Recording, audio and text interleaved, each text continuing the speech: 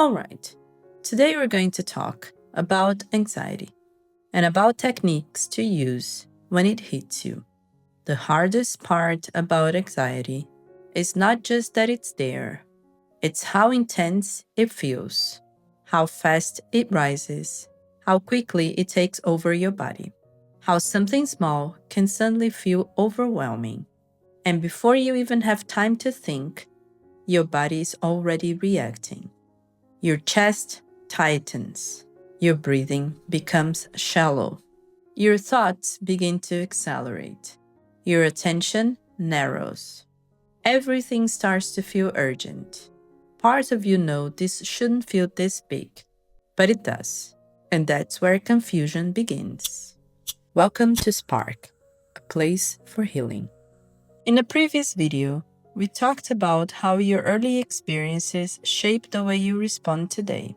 In this video, we're going to go deeper into one specific experience, why anxiety can feel so intense.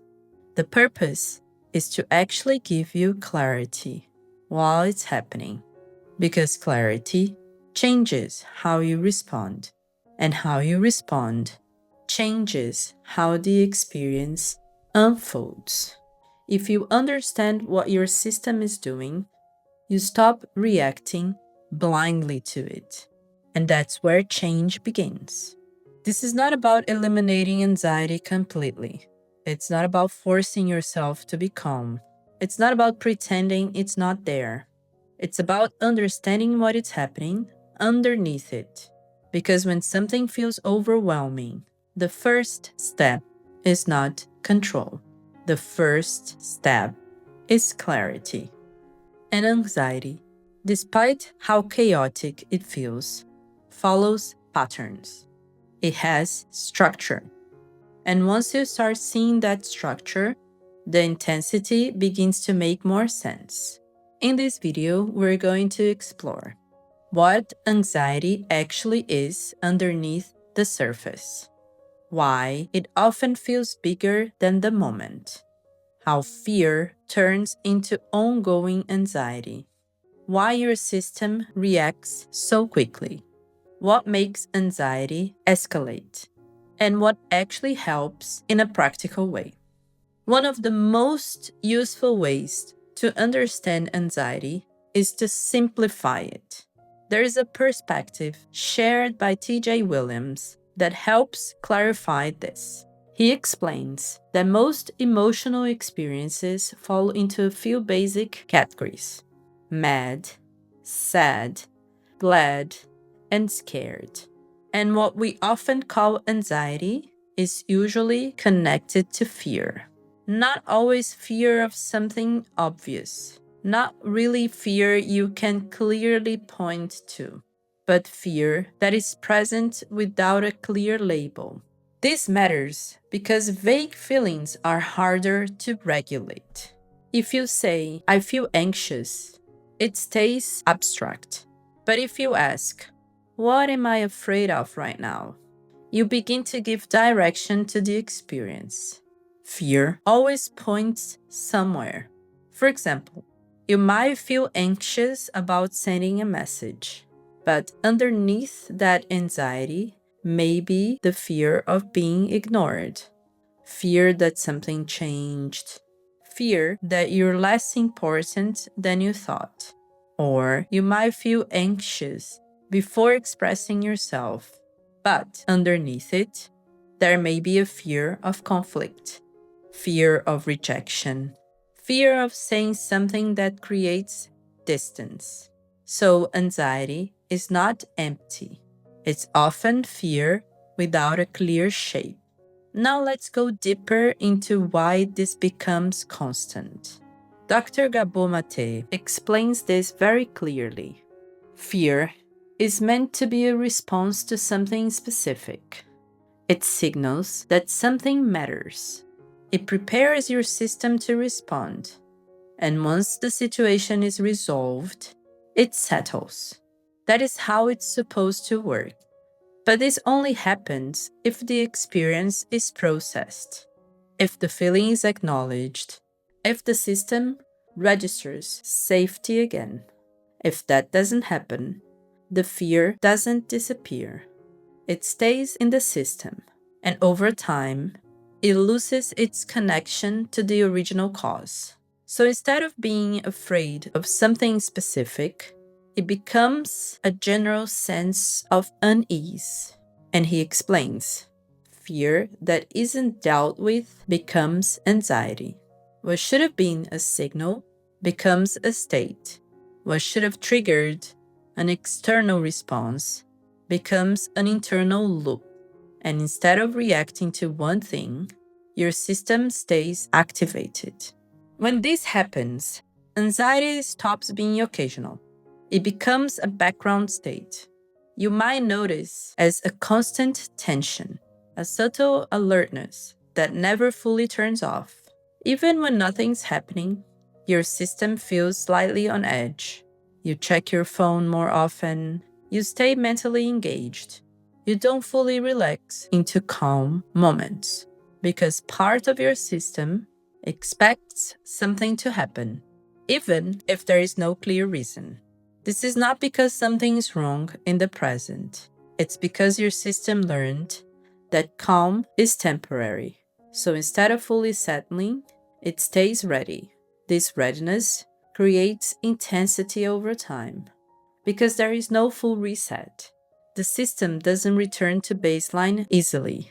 It stays slightly activated. And when something does happen, the reaction builds on top of that existing tension, which makes everything feel stronger than it should. Another important piece is meaning. Your system doesn't just react to events, it reacts to what those events represent. A delayed reply is not just a delay. It can represent disconnection. A change in tone is not just a change. It can represent something being wrong.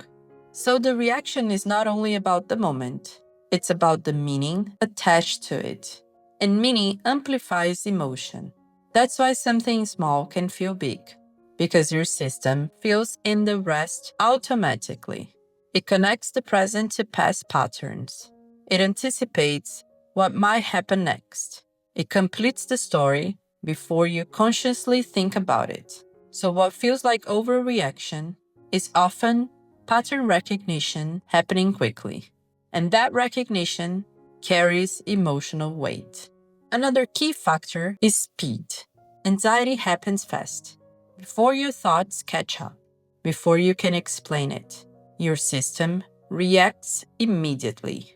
And that lack of pause makes it overwhelming because it feels like losing control. Then your mind tries to understand it.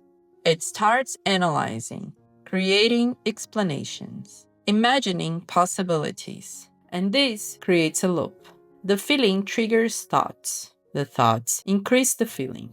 And the cycle builds. So the intensity grows quickly. Not because the situation is huge, but because the process is fast. That's why slowing it down matters. Even small pauses reduce intensity. There is another layer that makes intensity worse: self-judgment. Because it's not just a feeling, it's how you respond to the feeling. This is too much. I shouldn't feel like this. What's wrong with me? These thoughts add pressure. Now your system is dealing with anxiety and resistance increases intensity because your system interprets it as another threat. So instead of calming down, it escalates. This is why anxiety feels exhausting. You're not only carrying the feeling, you're also fighting it, and that doubles the load. So reducing self-judgment is not optional. It's part of regulation. So what actually helps when anxiety feels intense? Not control, not suppression, but changing how you respond to it. First, naming it helps. This is anxiety. This is fear. My system is activated. This creates awareness. Second, identify the fear underneath. What am I afraid of right now? This gives direction. Third, slow the process. Pause. Take a breath. Delay reaction. Fourth, return to the present. Notice your body. Notice your surroundings. What is actually happening right now? And finally, reduce judgment. This is happening. That alone reduces pressure. And over time, something becomes clearer. This is not who you are. This is something your system learned. A pattern of reacting, a pattern of anticipating, a pattern of protecting. And patterns can change, not instantly, but gradually, through awareness, through repetition, through new responses. You don't need to eliminate anxiety.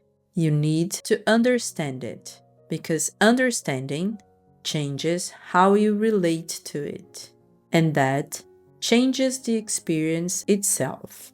When you look at everything together, anxiety starts to make sense. It's fear without a clear object. It's activation without a clear endpoint. It's pattern recognition happening quickly, and it's often amplified by how you respond to it. So the goal is not to remove anxiety completely. The goal is to change your relationship with it, to understand it faster, to slow it sooner, to respond differently over time. And that is what reduces its intensity. Unprocessed fear becomes ongoing anxiety. Your system reacts to pattern. So the final summary is: anxiety is often fear without a clear object. That's it for today. Thanks for spending this time with us. If this resonated, take a moment and comment on what your body is learning right now. Naming it is part of the process. Share, like, and comment, and be part of our community. We're Spark Growth, your companion on the path of healing.